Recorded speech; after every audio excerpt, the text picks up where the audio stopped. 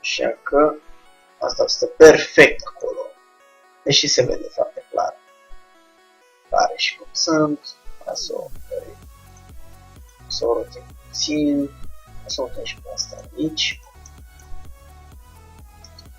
Și se poate observa cum încetul cu încetul fundația noastră capătă o formă interesantă. Deși unele dintre aceste pietre parcă sunt bucăți din craniu sau ceva. Ceea ce o imagine destul de macabră. Dar asta e.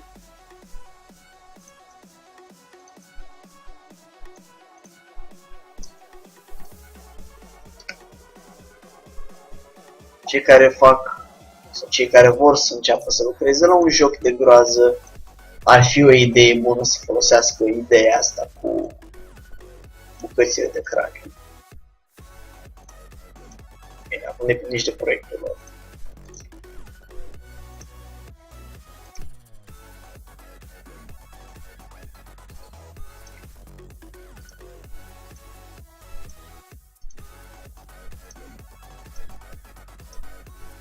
Ok, cam așa ceva ar trebui. Mai spate puțin. Ok, aici.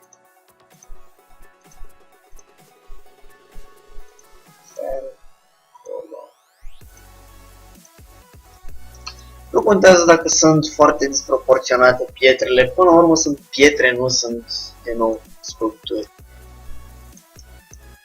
Eu zic că se văd destul de bine. Mă rog, n-am majoritatea de bine. Ok.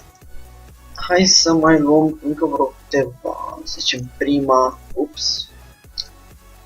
Prima, ținem shift apăsat. Nu am sau.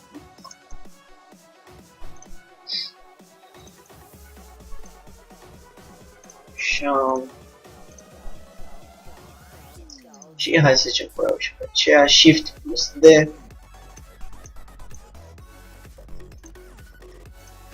Și începem să le redimensionăm, să le rotim.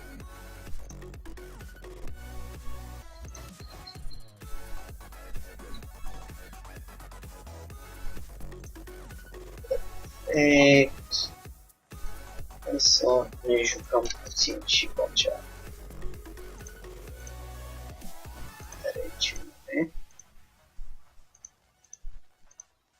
Pentru că până la urmă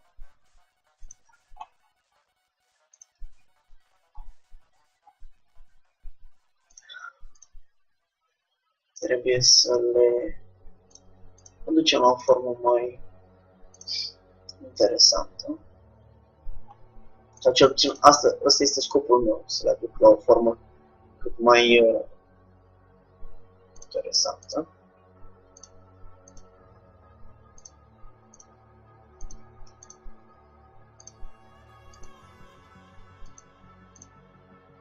Ok.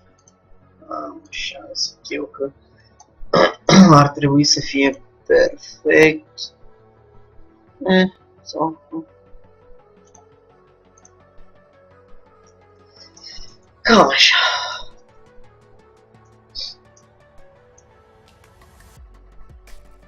Da, am vrut să o redimensionez. Hai să o redimensionăm doar pe Z. Să o ducem așa, să o și rotim puțin. Perfect, ce puțin mie nu-mi place. Asta văd că este deja aici. Și acum să o rotez.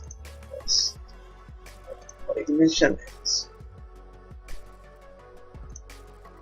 Ok, am să o redimensionez pe X, pe Y. O turtim puțin. Și apoi o redimensionăm pe Z. Ține, observă asemănarea. Nu, deci eu nu observ foarte ușor. Asta este parcă una dintre primele pietre, nu? Da. Așa că am să o răsucesc aici și am să o lăs așa.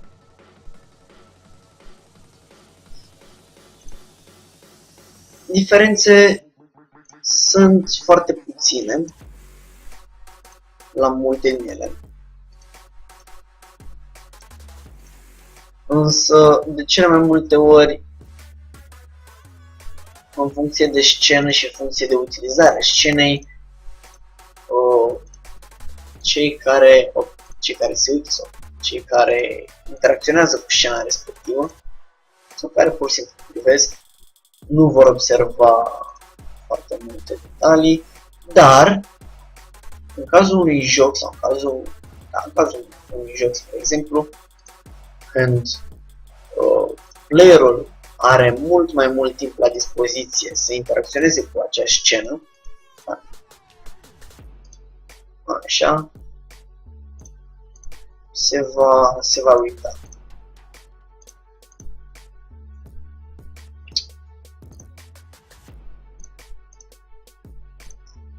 Bun.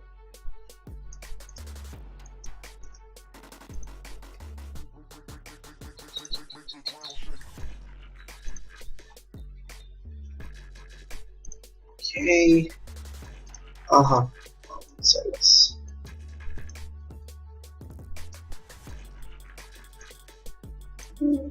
Să poate ceva. Ok. Hai să mai mutăm puțin de aceste.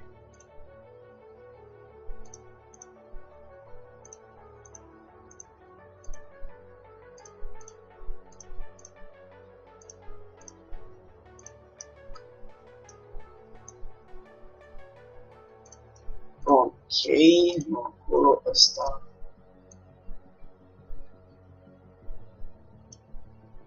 Bun. 3. Deci cam așa.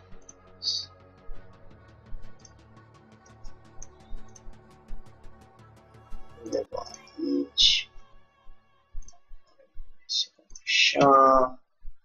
Redimensionăm pe ce? Hai să zicem că o redimensionăm pe Z. Undeva aici, perfect. Mie chiar îmi place. Și o las așa. Aici, rotim.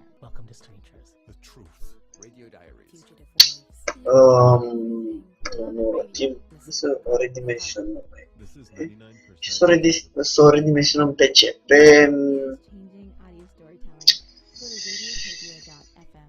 Y.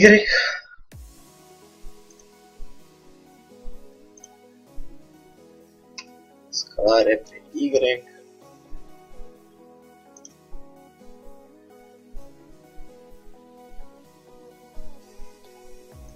Undeva aici ar fi perfect, dacă am poziționat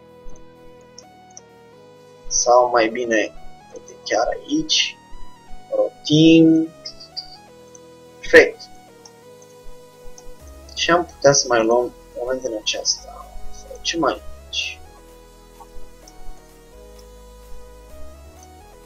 Să luăm frumos.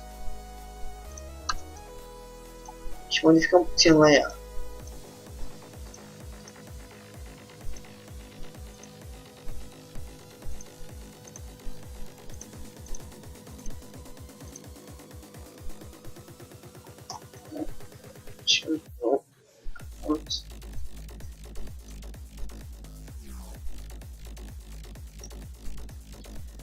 Aici trebuie să reducem mult, așa, mult mai bine, seamănă cu un ficat sau ceva chestie.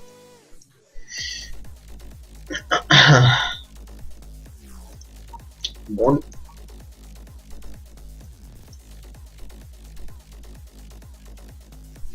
Așa, să mai vedem puțin aici, pentru că nu-mi place cum se vede unghiul acesta.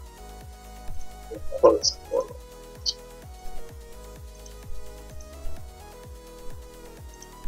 Bun. Deja parcă este mult mai bine.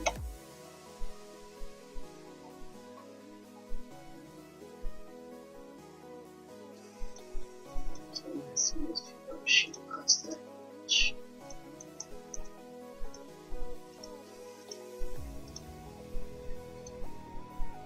Bun.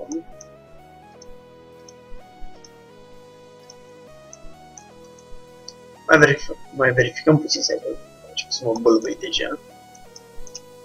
O să-și spune cuvântul. Dar nu mă pot uita. Așa că vom continua.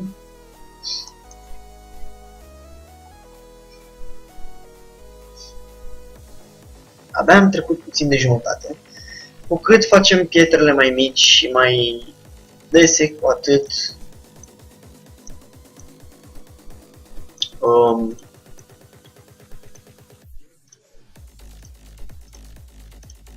va dura puțin mai mult timp. Trist, dar adevărat.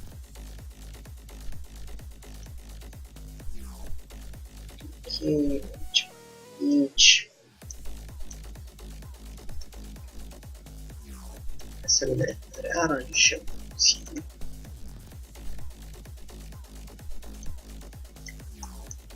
Aici, aici.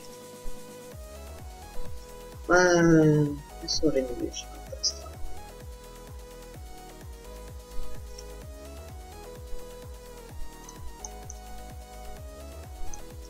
O rotim așa frumos. Hai, renovișăm puțin.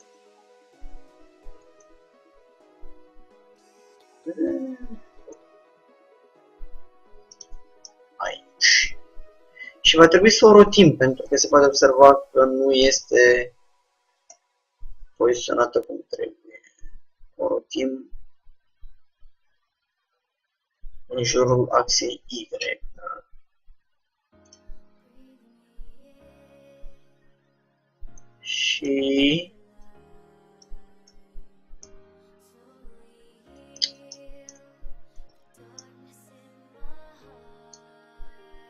Și o introducem puțin în perete, în fundație. Ce limbaj de mafiotă. O introducem în fundație.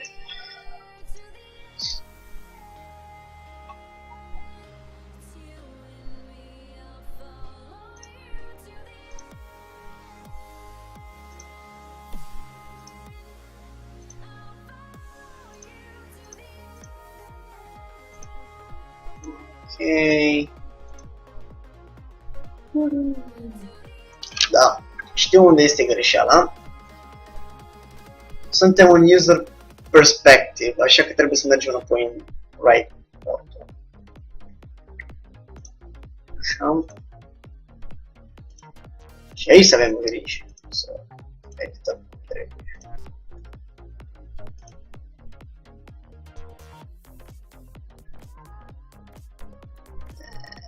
Cam așa.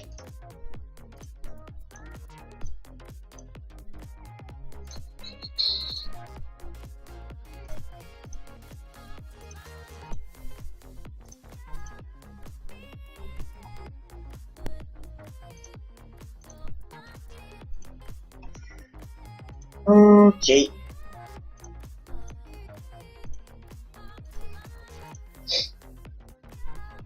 Să vedem cum a ieșit. Interesant. Nespus. Dar mai avem. Unde te-ai dus acolo? Te-ai izolat. Și pentru că ne trebuie umplutură. Așa. Hai să o redimensionăm pe axa Y. Aha. Și obținem chestia aia, indiferent ce ar fi.